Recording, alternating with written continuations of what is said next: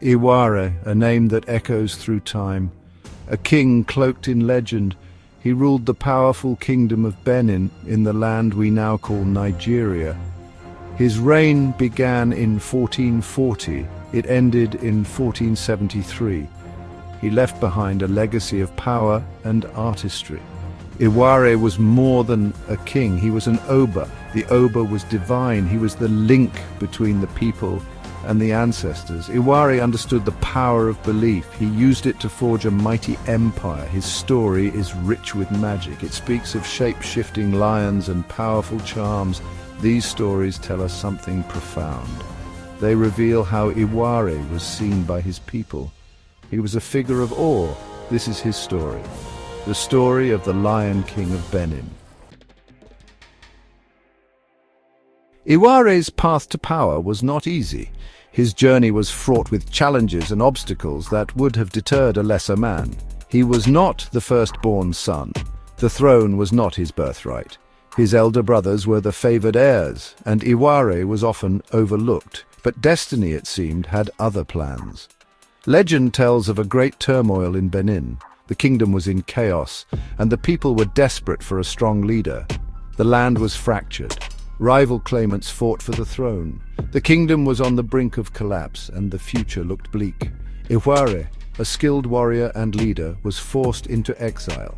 He wandered the wilderness, seeking a way to reclaim his destiny. In the wilderness, he met a powerful magician.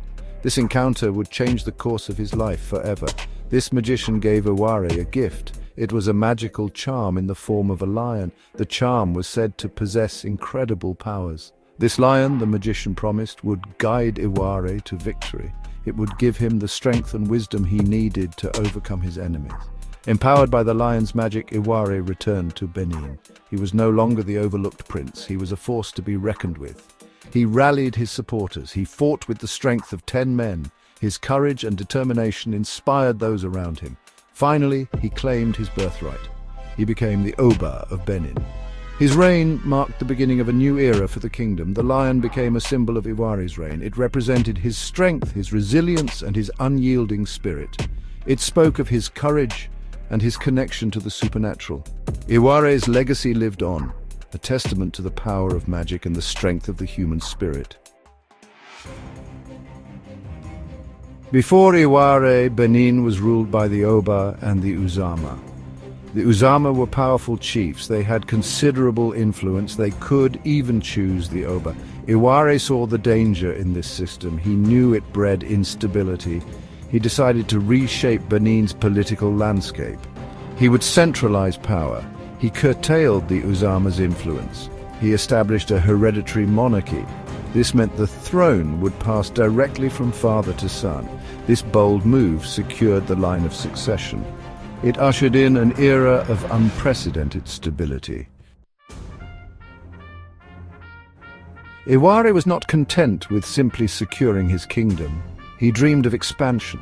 He yearned to see Benin's borders grow. He built a powerful army, and he led it to war. Under his command, the Benin army was a fearsome force. They conquered neighboring lands. They extended Benin's reach far and wide.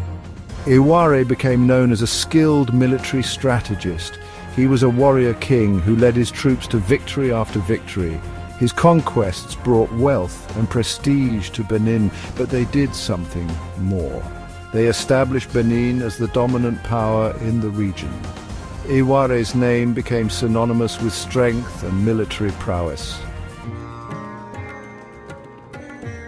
EWUARE was not only a conqueror, he was a builder. He envisioned a grand capital for his kingdom, a city worthy of Benin's newfound power.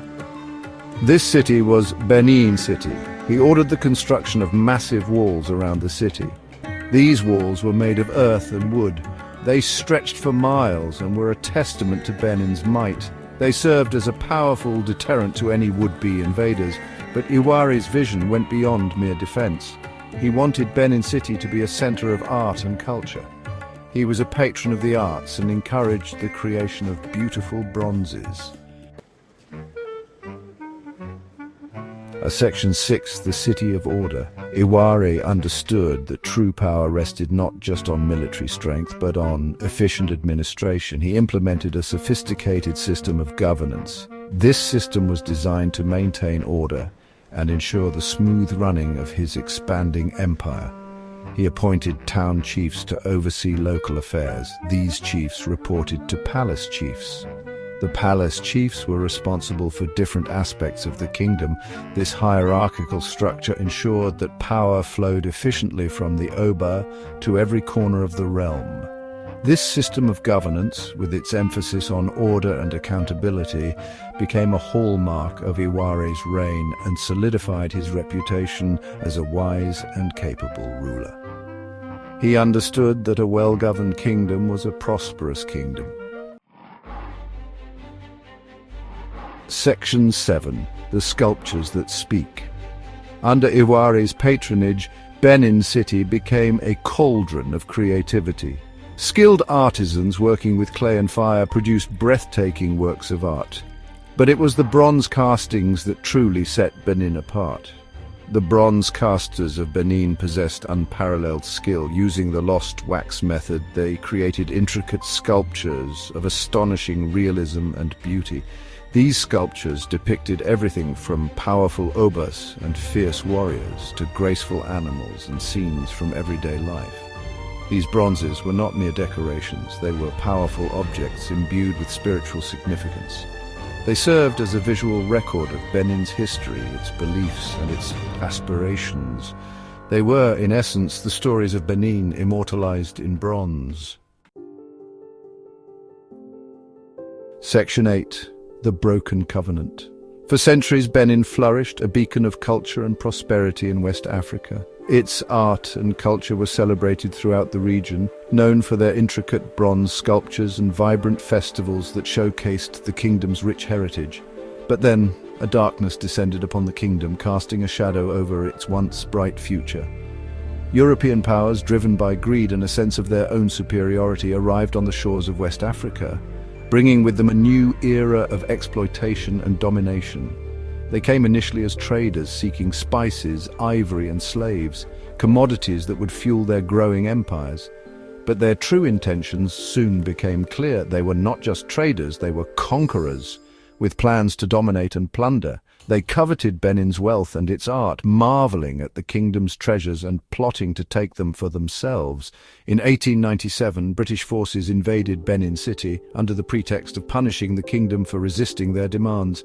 They looted the palace, stripping it of its treasures, leaving behind a trail of destruction and loss. Thousands of priceless bronzes, along with countless other artifacts, were stolen and shipped to Europe, where they were displayed in museums far from their homeland.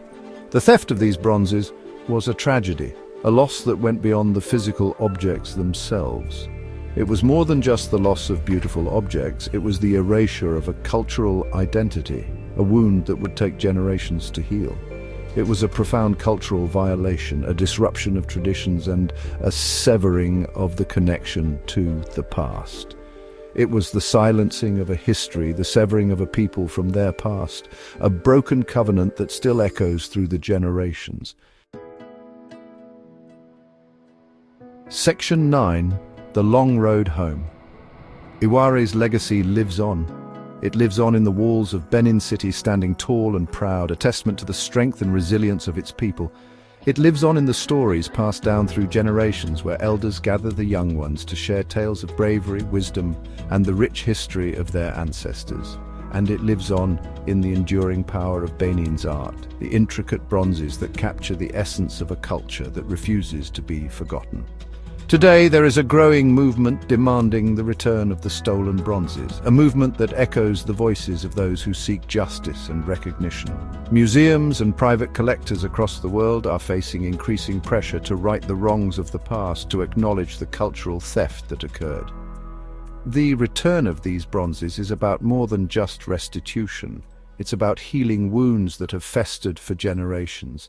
It's about acknowledging the injustice of colonialism, the pain and suffering inflicted upon a proud people. It's about restoring to the people of Benin a part of their stolen heritage, a piece of their identity that was taken away.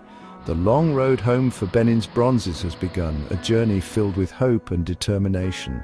It is a journey fueled by the spirit of EWUARE, the Lion King, whose legacy inspires the fight for justice and cultural preservation. He reminds us that even in the face of adversity, the spirit of a people cannot be broken. The flame of a people's history and heritage can never be extinguished, burning brightly for future generations to see and cherish.